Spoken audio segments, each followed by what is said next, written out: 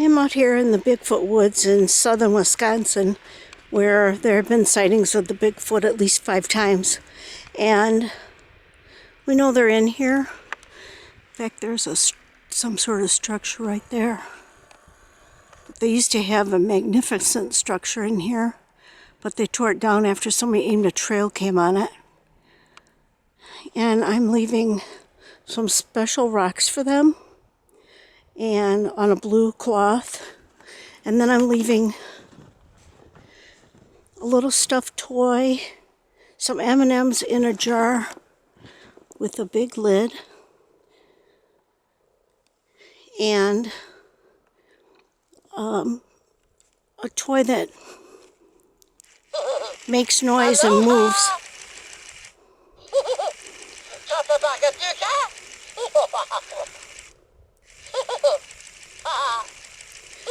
In the past, anytime I leave a toy that moves and makes noise, it's disappeared for a couple of weeks, and when it's back, it usually has the guts ripped out of it, as though they're trying to get at the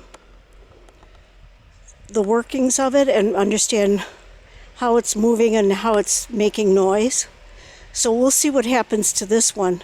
Now the pony does nothing. It's just a little stuffed pony. But then the M&Ms in the big jar, at first I thought it was Bigfoot unscrewing the lids and getting the treats out of the jars, because there'd be no teeth marks and no chew marks anywhere on the jar or the lid. And then one time I saw a raccoon opening a jam jar with a much smaller lid, and I said, we were in these woods and I was talking about it with my friend Jackie, and I was saying how all this time I've been feeding raccoons and I didn't know it, and how it was very disappointing to find out it wasn't really Bigfoot, it was raccoons all this time. And then the next time we came into the woods, because I left another big jar anyway of peanut butter, and with a big lid like this one, and the jar was completely cleaned out. There were no chew marks or teeth marks on it anywhere, and the lid was screwed back on, but the jar was empty. So that just tells me that they heard us talking about it, because I was just complaining and pissing and moaning about the fact that I've been feeding raccoons for the last 9 years. And I think somebody heard me and decided to show me that it wasn't really raccoons, because they took the peanut butter, cleaned it all out, but screwed the lid back on with not one tooth mark or chew mark on the jar anywhere or on the lid. So we're going to see what happens this time. There's M&Ms in the jar, and there's a couple of toys, and then the rocks here on the stump. And we're going to see what happens to these items. I might not find any of them for a couple of weeks, but sooner or later the jar will turn up and the animal that moves will probably be back, but it will probably have the innards torn out of it, like the other 2 animals that I left, stuffed animals that I left. I left a gorilla one time that made monkey noises, and I left an Elmo doll that made noise and moved. And they ripped the innards out of both of those. But yet they take the stuffed toys, just the regular stuffed toys that don't move or make noise, and they kept those. And then one time I left a bunch of stuffed animals out here that had plastic button eyes, and they took every button eye out of the stuffed animals and then left all the stuffed animals here.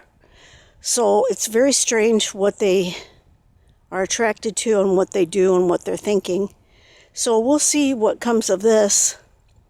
But Bigfoot has been seen in these woods before. I'm not going to say where this is at, because this is private property. But I also got a picture of one in a tree, up a log, something like this, and sitting up in one of the pines. It was a young one. It was a juvenile, because he wasn't all that big. But they're up in the trees. no doubt, because we've had things dropped on us before from the trees. I think I have another video posted where I think they're up in the trees. And I think one time there was a great big nest up in one of these trees. So always look above you, don't just look on the ground for these structures and stuff. Now that could have fallen like that structure back there. But if you go closer, which I'm not going to do because the snow is like over a foot deep, you can see that it's crisscrossed and placed this way. But they had a much more magnificent structure over in that part of the woods until somebody got the bright idea to put a trail cam up. And then they tore the structure down and stacked the wood. So we've never done that again. I'm not going to invade their privacy enough to put up a trail cam. They're too smart for those anyway. I told that person that anyway, but she thought she was such a great researcher that she knew it all. And it's not true. It's just insulting to them and an invasion of their privacy. So I would never do that. We've become much more aware of what we're doing and how we're invading their lives. So we try not to be obnoxious and rude anymore. But there's been plenty going on out here. And the neighbor just told me that she heard some type of screech noise that wasn't an owl, because she's lived out here all her life, and out behind the house that's near here. And she said it made her skin crawl, and she's never heard it before, but it was 2 years ago. And Diane and I just heard 3 Bigfoot howls in this area the night after Thanksgiving this year, 2020. So we know there's Bigfoot out here. We've also seen a UFO out here 6 weeks in a row. And flying man bat near here, Wereboy. You can see my Wereboy video where I explain what happened there.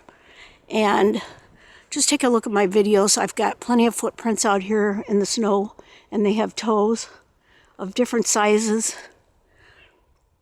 So we'll see what happens with these the next time I come out. They probably won't be here, but eventually they're going to turn back up. Or maybe they'll still be here and they haven't gotten them yet. We'll see, but I'll keep you posted.